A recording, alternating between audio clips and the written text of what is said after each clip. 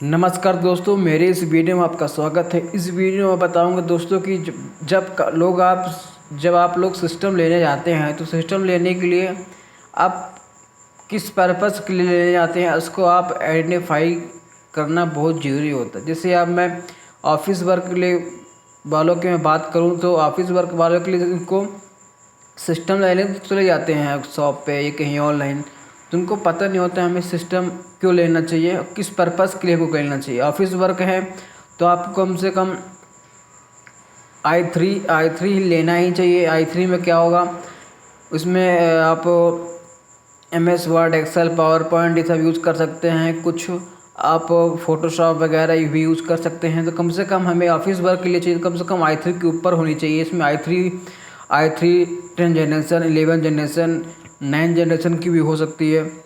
लेने के पर आप अच्छे से परफॉर्म भी कर सकते हैं उसमें सिस्टम में, ठीक है। तो ऑफिस वर्क वाले को जो यूज़ करते हैं सिस्टम, वो कम से कम आई3 के ऊपर वाली होनी चाहिए। इससे आप डुअल कोर, क्वाड कोर ले लेंगे तो वो उतना कैपेबल नहीं होता जिसमें आपका काम अच्छे से हो सके, ठीक है। तो ऑफिस वर्क वालों की सबसे ज़रूरी है कि हमें क्या काम करना है, उसमें MS Excel, PowerPoint use करना है, PPT में डॉक्यूमेंटेशन करना है, या फिर कुछ हैवी वर्क के लिए कम से कम हमें आई थ्री में क्या करना चाहिए। आई3 में देखो प्रोसेसर आई3 होनी चाहिए। आई3 में 10 जनरेशन, 11 जनरेशन या 9 जनरेशन इसके ऊपर भी हो जाए तो अच्छी बात है, ठीक है। कम से कम 8 GB रैम होनी चाहिए, क्योंकि आज सॉफ्टवेयर आप डेली अपडेट होते हैं। तो कम से कम इसमें 8 GB रैम होनी चाहिए ऑफिस वर्क वाले यूज़ करने के लिए, ठीक है। 8 GB रैम, कम से कम 120 GB की SSD होनी चाहिए। 120 GB की SSD, 8 GB की रैम, कम से कम आई3 के ऊपर आपका प्रोसेसर होना चाहिए। मदरबोर्ड, कम से कम मदरबोर्ड भी आप आई थ्री यूज़ कर रहे हैं तो कम से कम आसूस की मदरबोर्ड होनी चाहिए। MSI की आप आसूस की ले सकते हैं या फिर MSI की मदरबोर्ड आप यूज़ कर सकते हैं। मैं रिकमेंड करूँगा कि आप आसूस का ले लें तो ठीक रहता है, ठीक है। अब इसके बाद आप 120 GB की SSD में आप WD की यूज़ कर सकते हैं और सैमसंग की भी SSD यूज़ कर सकते हैं। अब मैं रिकमेंड करूँगा आप सैमसंग या WD का आप SSD यूज़ करें। कम से कम 120 GB की SSD होनी चाहिए। SSD का मतलब होता है SSD आपका स्टार्टअप देगा, कंप्यूटर जल्दी ओपन करेगा और शट डाउन करेगा, आपका रनिंग स्पीड जल्दी हो जाएगी, ठीक है। आप जल्दी से फाइल सिस्टम को ओपन कर पाएंगे, सिस्टम को जल्दी क्लोज कर पाएंगे और परफॉर्मेंस हाई हो जाता है। इसलिए हमें SSD लगवानी चाहिए, ज़रूरी होती है लगवाना। अगर SSD नहीं लगवाएंगे तो परफॉर्मेंस स्लो हो जाएगा। हार्ड जो SSD होती है चिप बेस होती है और जो हार्ड ड्राइव होती है वो प्लेट के द्वारा होती है। जो चिप की जो फ्रिक्वेंसी होती है ज़्यादा होती है हार्ड ड्राइव के थ्रू। हार्ड ड्राइव में फ्रिक्वेंसी थोड़ा स्लो काम करता है, इसलिए प्लेट में लगे होते हैं हार्ड ड्राइव में प्लेट लगी होती है। और SSD में चिप में ज़्यादा वो डाटा फ्लो मतलब बहता है, डाटा मैनेज ज़्यादा जल्दी हो जाती है, कॉपी पेस्ट में आपको भी हेल्प करेगा। इसलिए हमें SSD का यूज़ अपने सिस्टम में होनी चाहिए, ठीक है। अब तो 8 GB रैम, SSD 120 GB, कम से कम 120 से आप ऊपर भी कर सकते हैं, ठीक है। कम से कम 1 TB के हार्ड डिस्क होनी चाहिए। अगर आप आई3 ले रहे हैं तो सिस्टम में तो 8 GB RAM, 1 TB hard disk और 120 GB की SSD होनी चाहिए, ठीक है। अब इससे ऊपर भी आप जा सकते हैं, जिससे आप i5 ले सकते हैं। i5 में भी आप 8, 9, 10 जनरेशन आप यूज़ कर सकते हैं। मदरबोर्ड आसूस का भी यूज़ कर सकते हैं, ये MSI का भी यूज़ कर सकते हैं, ठीक है। ये जेब्रॉनिक्स का भी आप यूज़ कर सकते हैं, ठीक है। और उसके बाद आप i5 लेने के बाद कम से कम आपके में 16 GB 8 GB रैम होनी चाहिए। कम से कम 8 GB रैम या 16 GB रैम भी आप यूज़ कर सकते हैं i5 में। और इसके बाद आप कम से कम 120 GB SSD, 512 GB की SSD आप इसको लगा सकते हैं और 1 TB का हार्ड डिस्क। अब i5 ले रहे हैं तो आप कम से कम i5 लेने का मतलब कि आपको ग्राफिक्स कार्ड भी की ज़रूरत पड़ेगी। i5 लेने का मतलब कि आप हैवी काम करेंगे, हैवी काम करने के वीडियो भी करेंगे, फ़ोटो का भी काम करेंगे, एनिमेशन का भी आप काम कर सकते हैं उसमें आसानी से। और ग्राफिक्स कार्ड लगा के आप उसकी और अच्छे तरीके से यूज़ कर सकते हैं। कम से कम ग्राफिक्स कार्ड 4 GB की लगनी चाहिए इनमीडिया की। मैं रिकमेंड करता हूँ हमेशा इनमीडिया की आप ग्राफिक्स कार्ड यूज़ करें तो ज़्यादा परफॉर्मेंस रहती है, ठीक है। अगर i5 ले रहे हैं तो कम से कम आपको 16 GB रैम होनी चाहिए मिनिमम। उससे ज़्यादा भी आप 32 GB का रैम आप कर सकते हैं। क्या कि जब i5 लेंगे तो कम से कम मल्टीटास्किंग का भी आप करेंगे, जैसे कि फ़ोटोशॉप भी चला रहे हैं, आफ्टर इफेक्ट भी चला रहे हैं और प्रीमियर भी चला रहे हैं, कुछ अदर भी सॉफ्टवेयर, तो एक साथ उसको रन करने में थोड़ी ईजी हो जाता है। इसलिए रैम की रिक्वायरमेंट ज़्यादा होती है, ठीक है। तो कम से कम हमें 16 GB की रैम होनी चाहिए, 16 से भी या ज़्यादा 32 GB रैम तक होनी चाहिए i5 में।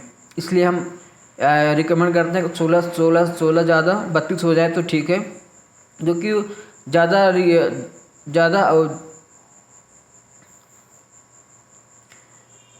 i5 में कम से कम 16 GB की रैम 16 GB होनी चाहिए। 16 GB के बाद भी आप उस ऊपर रैम रख सकते हैं, क्योंकि इसमें मल्टीटास्किंग आप यूज़ कर सकते हैं। मल्टीटास्किंग मतलब होता है कि आप कभी प्रीमियर पे चले गए, आप ग्राफिक्स बनाने के लिए फ़ोटोशॉप पे चले गए, एनिमेशन के लिए आफ्टर इफेक्ट पे चले गए, तो एक कंबाइनिंग सॉफ्टवेयर है। इन सब चीज़ों का आप यूज़ कर सकते हैं, एक टाइम पे ही आप इसको यूज़ कर पाएंगे। इसलिए हमें रैम की ज़्यादा रिक्वायरमेंट होती है। इसलिए बोलते हैं कि रैम मल्टीटास्किंग के लिए रैम को 16 GB 32 GB होनी चाहिए, ठीक है। और i5 में कम से कम 512 GB की SSD होनी चाहिए। SSD आप हैवी सॉफ्टवेयर डाउनलोड करेंगे तो इंस्टॉल करेंगे तो आपको ज़्यादा स्पेस की ज़रूरत पड़ेगी, इसलिए 512 GB की SSD होनी चाहिए। और 512 GB की SSD के बाद कम से कम 1 TB की हार्ड डिस्क या 2 TB 4 TB की हार्ड डिस्क उसमें इंस्टॉल होनी चाहिए, क्योंकि स्पेस ज़्यादा लेता है। आप हैवी काम करेंगे तो हैवी स्पेस लेगा, ठीक है। और इसके बाद कम से कम 4 या 8 GB की ग्राफिक्स कार्ड होनी चाहिए इनमीडिया की। आप दूसरा भी ट्राई कर सकते हैं, क्योंकि मैं ज़्यादातर इनमीडिया की ग्राफिक्स यूज़ करते हैं, तो इनमीडिया की ग्राफिक्स होनी चाहिए। तो ये चीज़ें हो गई हैं। अब प्रोसेसर लेते समय कि क्या दिखना चाहिए। प्रोसेसर लेते समय हमें कम से कम इसकी स्पीड क्या है, क्लॉक स्पीड क्या है, कम से कम क्लॉक स्पीड 4.2 के ज़्यादा ऊपर होनी चाहिए, ठीक है। हमें क्लॉक स्पीड कितनी होनी चाहिए रैम की रैम की भी चेक करना है कितनी स्पीड है उसकी कॉपी पेस्ट करने की, और क्या बोलते हैं, प्रोसेसर की भी क्लॉक स्पीड कितनी है, कम से कम 4.2 से 3 ऊपर होनी चाहिए क्लॉक स्पीड, ठीक है। और प्रोसेसर लेते समय सबसे पहले हमें ध्यान रखना होगा कि कौन से जनरेशन का है। हमेशा जनरेशन बढ़ा के लेना चाहिए। अभी 7, 8, 9, 10 जो लेटेस्ट हो उसको आप यूज़ में लेंगे तो परफॉर्मेंस आपको बेटर होगा, ठीक है। इसके बाद रैम में बहुत वैरायटी होती है। इसके आप ट्रांजिस्टर का हो गया, सैमसंग का हो गया, तो हमें कम से कम रैम अच्छा वाला रैम यूज़ करना चाहिए। ट्रांजिस्टर सैमसंग की वाली रैम हमें यूज करना चाहिए, ठीक है। इसके बाद है SSD आप WD का यूज़ कर सकते हैं SSD में, और सैमसंग का भी यूज़ कर सकते हैं SSD में। तो मैं रिकमेंड करता हूँ कि आप WD का यूज़ करें, इसमें ज़्यादा परफॉर्मेंस रहती है, ठीक है। और मैं हार्ड ड्राइव पे कौन अच्छा वाले होती है, आप हार्ड ड्राइव में भी WD का यूज़ कर सकते हैं आप, तो भी अच्छा रहता है। कम से कम हार्ड ड्राइव आप कम से कम 2 TB होनी चाहिए, आपके कंप्यूटर सिस्टम में इंस्टॉल होनी चाहिए 2 TB, ठीक है। इसके बाद आता है i7 में। i7 में जनरेशन आप चेंज कर सकते हैं। i7 8, 9, 10, 12 तक अभी चल रहा है, जो अब लेटेस्ट है उसको आप यूज़ कर सकते हैं, ठीक है। अब i7 के ऊपर आप जाते हैं तो कम से कम आपका मदरबोर्ड भी आप आसूस का भी ले सकते हैं, किसी और का भी आप ट्राई कर सकते हैं, जैसे MSI का भी मदरबोर्ड अच्छा है, ठीक है। अब इसके बाद रैम आप i7 से ऊपर जाते हैं तो कम से कम आपको 32 GB रैम की आवश्यकता होगी। जब आप इसे i7 लेते हैं तो आपको हाई लेवल की काम करना होता है ना, आप ले रहे हैं तो उसके कम से कम 32 GB की आप रैम की आवश्यकता होती है। कम से कम इसमें 4 TB की हार्ड ड्राइव लगी होनी चाहिए और 512 GB की SSD इंस्टॉल होनी चाहिए, कम से कम 512 GB की, तब आप अच्छे से काम कर पाएंगे। क्या है कि सॉफ्टवेयर आजकल बहुत ही एडवांस हो गए हैं, सॉफ्टवेयर आजकल डेली अपडेट होते हैं। तो कम से कम इतना रहे कि आप i7 यूज़ कर रहे हैं तो कम से कम आप उसमें अपने सॉफ्टवेयर को भी अपडेट करते रहें, तो इसमें आप काम बहुत आसानी से आप इसको यूज़ कर सकते हैं। ठीक है, इसके बाद i7 लेते समय कौन सा रखना चाहिए, क्लॉक स्पीड पे ध्यान देना, हमको कितनी स्पीड है, 4.2 4.3 इसके ऊपर ही आपको लेने हैं।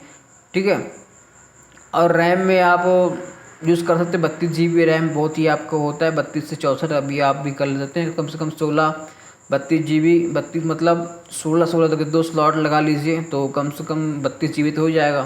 ठीक है, 32 GB एक लगा लीजिए, मैं कहूँगा 32 GB का एक लगा लीजिए, 32 GB एक लगा लीजिए, 2 हो जाएगा। तो कम से कम आप 16 GB मत लगाइए, तो आपको रैम एक ख़राब हो जाएगी जब चेंज करेंगे। तो कम मैं बोल रहा हूँ कि आप एक रैम लगाइए 16 GB का। ठीक है, दूसरा जब आपको 16 GB का रैम लगा लेंगे तो आप 16 GB के और क्या और लगा लेंगे, तो क्या है कि आप जब 32 GB का रैम लगाएंगे तो 16 GB का आप काम नहीं करेगी। तो कम से कम आप एक 32 GB का रैम, ठीक है, लगा लीजिए, तो आप दूसरा भी लगा सकते हैं 32 की, डबल हो जाएगा। ठीक है, अब आता है SSD और हार्ड ड्राइव। हार्ड ड्राइव कम से कम i7 जब ले रहे हैं तो 4 TB की हार्ड ड्राइव होनी चाहिए। मदरबोर्ड आप आसूस का ले सकते हैं, ये भी आप किसी कंपनी का जेब्रॉनिक्स उक्रानिक्स का भी आप यूज़ कर सकते हैं। तो दोस्तों ये वीडियो आपको कैसा लगा, ये इन्फॉर्मेशन वीडियो आपको कैसा लगा कमेंट में ज़रूर लिखें, और ये वीडियो आपको कैसा लगा आप कमेंट में ज़रूर लिखें। ये वीडियो मैं उनके लिए बना रहा था जो कंप्यूटर लेने जाते हैं लेकिन उनको नॉलेज नहीं होता हमें कौन सा कंप्यूटर लेनी चाहिए। ये वीडियो मैं उनके लिए इन्फॉर्मेशन के लिए बना रहा हूँ केवल। ठीक है, तो अगर वीडियो से कोई हेल्प हुई होगा तो लाइक करें, शेयर करें और कमेंट में जरूर लिखें कि वीडियो कैसा लगा।